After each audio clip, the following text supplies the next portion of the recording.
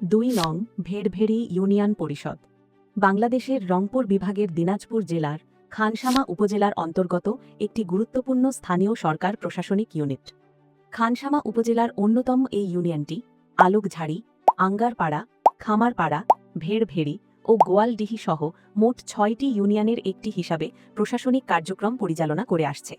এই ইউনিয়নের বর্তমান চেয়ারম্যান হিসাবে দায়িত্ব পালন করছেন মোহাম্মদ রিয়াজুল ইসলাম, যিনি নিষ্ঠা ও দায়িত্বশীলতার সাথে ইউনিয়নের উন্নয়নে কাজ করে যাচ্ছেন। ইউনিয়ন পরিষদের সকল কাজের কেন্দ্রবিন্দু হলেন চেয়ারম্যান। তিনি পরিষদের প্রধান নির্বাহী। পরিষদের যে কোনো সিদ্ধান্ত নেওয়ার জন্য চেয়ারম্যানের অনুমোদন দরকার হয়।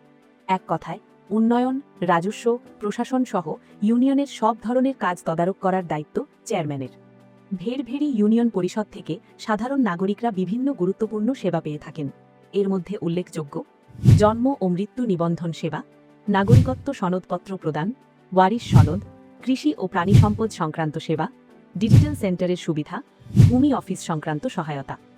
স্থানীয় জনগণের দোরগোড়ায় সরকারি সেবা পৌঁছে দিতে 2 নং ভেড়ভেড়ি ইউনিয়ন পরিষদ নিরলসভাবে কাজ করে যাচ্ছে। ধন্যবাদ।